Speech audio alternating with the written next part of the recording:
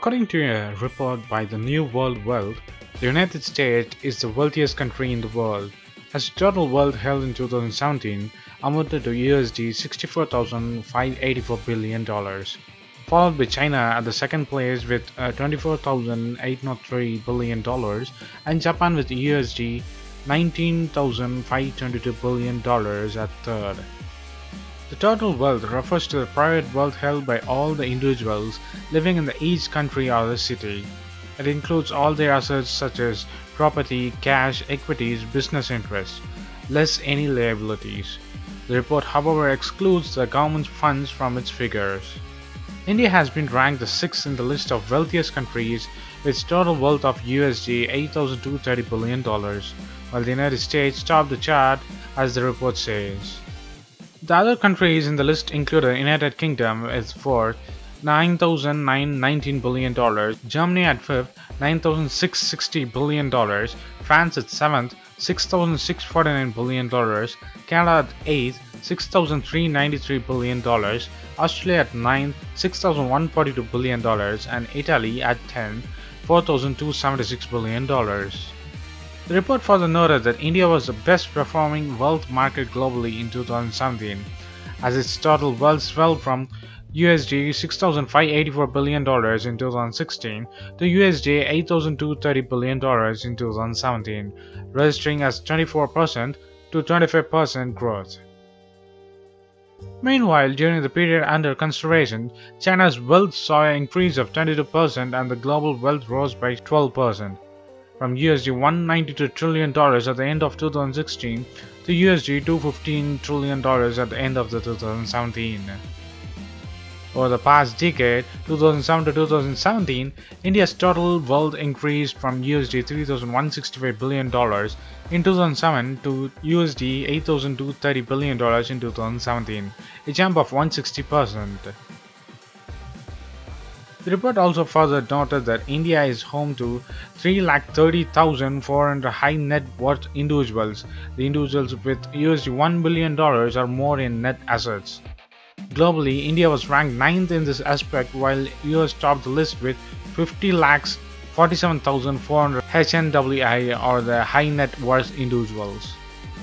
India is also home to 20,730 multimillionaires, the 7th largest in the world, and in terms of resident billionaires, India with 119 such individuals was named among the top 3 countries globally after the US and the China. A billionaire is defined as an individual with USD $1 billion or more in net assets. So what do you think of India going up a little bit from the 7th position to 6th position, the world's richest countries of 2017 and 18? Top 10 wealthiest countries in the world, 2017. Do you know Asia is the fastest growing economy on the planet? Let's see which country tops the list. Italy at number 10. Though Italy faced a tumultuous political year with shock resignation of Prime Minister Matteo Renzi and the rebuilding of its government, the country remains on the list while boasting the third largest economy in the Eurozone. Australia, number 9. Though it plays relatively low for its power and global influence, Australia came in 4th in quality of life category. Canada at number 8. Canada was named the 2nd best country to live in by the US News, but its power didn't quite match, even though it is the US' largest trade partner. India at number 7. The world's largest democracy, India has also come to the world's fastest growing major economy for most of 2016. But its recent cash crisis has been a blow to its economy, causing the country to lose 11 billionaires and 86% of its circulated cash with its worst demonetization. France at number 6. With a GDP per capita of $42,384. France boasts one of the largest economies in Europe and is one of the world's top exporter of weapons. Its influence extends around the world through its science, politics, economics, and perhaps above all culture. US News writes. Germany, number 5. Often seen as the economic powerhouse of Europe, the continent's most populous nation has seen its role on the world stage because increasingly important since the reunification in 1990. United Kingdom, number 4. The United Kingdom is a highly developed nation that exerts considerable international economic, political, scientific, and cultural influence. While it isn't known how its expected exit from the European Union would affect the country's standing, the nation seems to have so far withstood the shock of the referendum result. Japan, number 3. One of the most technologically advanced nations, Japan boasts the world's third largest economy. Having recovered from 2011, the tsunami that shattered its infrastructure and manufacturing. China, at number 2. The rise of China is quite remarkable. Home to 1.4 billion people, the country already has world's largest military, and experts predict it will be the world's largest economy by 2050. USA, United States of America, is number 1. Nearly 75% of respondents said that they lost some respect for US leadership after 2016 presidential election. But the country is still ranked the most powerful. Its economic, political, cultural, and artistic influence shaped the world. And a mammoth defense budget of $600 billion and its leading economy put it at the top. These are the world's top wealthiest countries in the world in 2017. So what do you think of it? Do you think any of the countries have been missed out?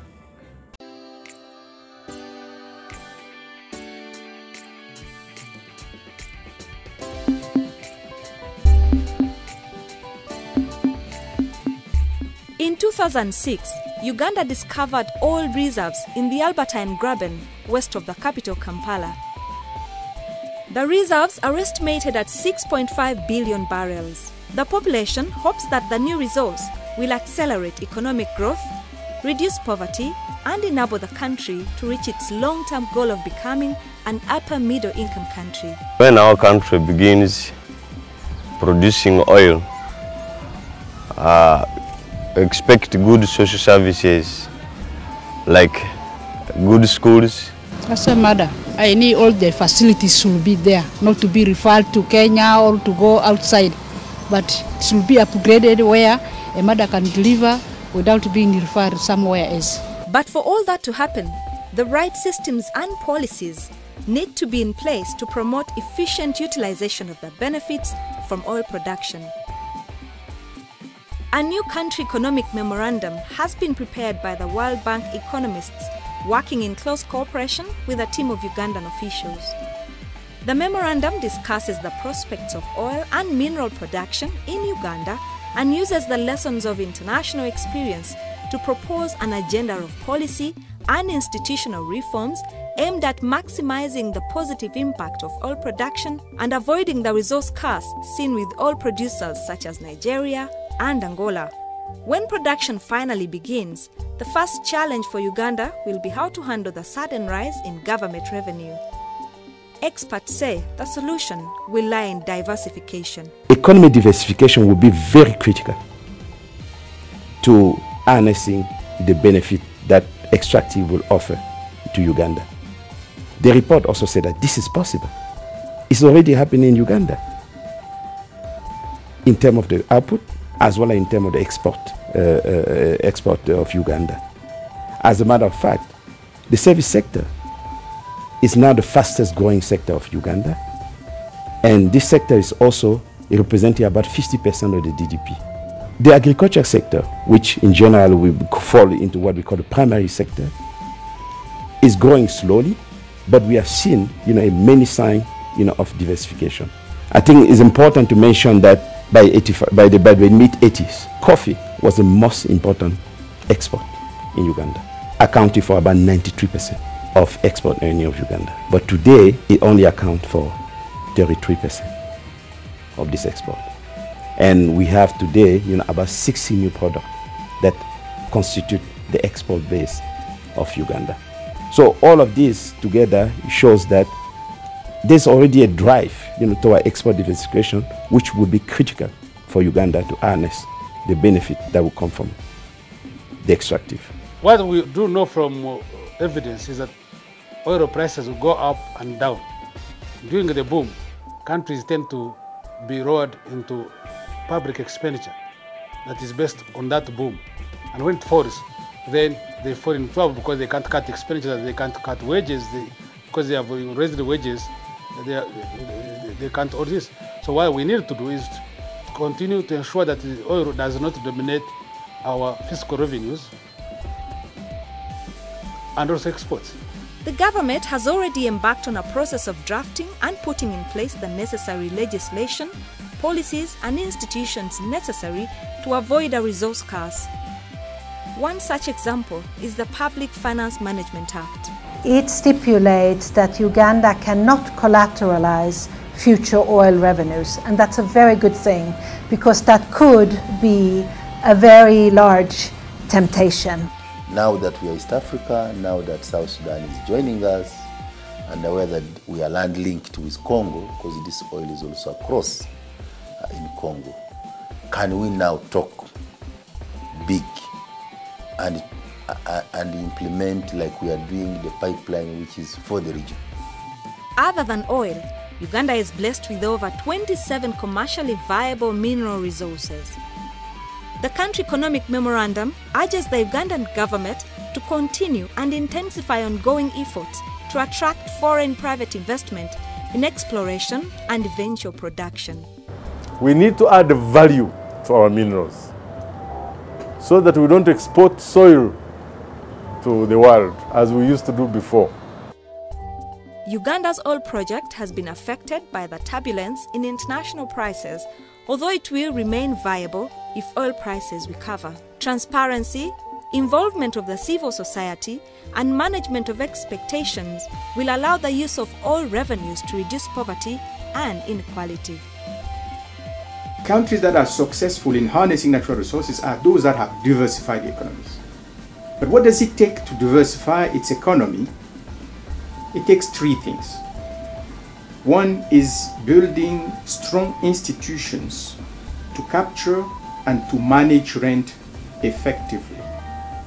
Second is to adopt the right type of policies, precisely the type of macro policies that would avoid inflation and create the Dutch disease, what economists call the Dutch disease, which is an overvaluation of the exchange rate and inflation, but also micro policies, including sound public investment policies. Implementation will be critical. Correct policy choices could result in prosperity, further economic diversification, and rapid sustainable human capital development. Meanwhile, incorrect choices would mean lower economic diversification, stagnation, and deterioration.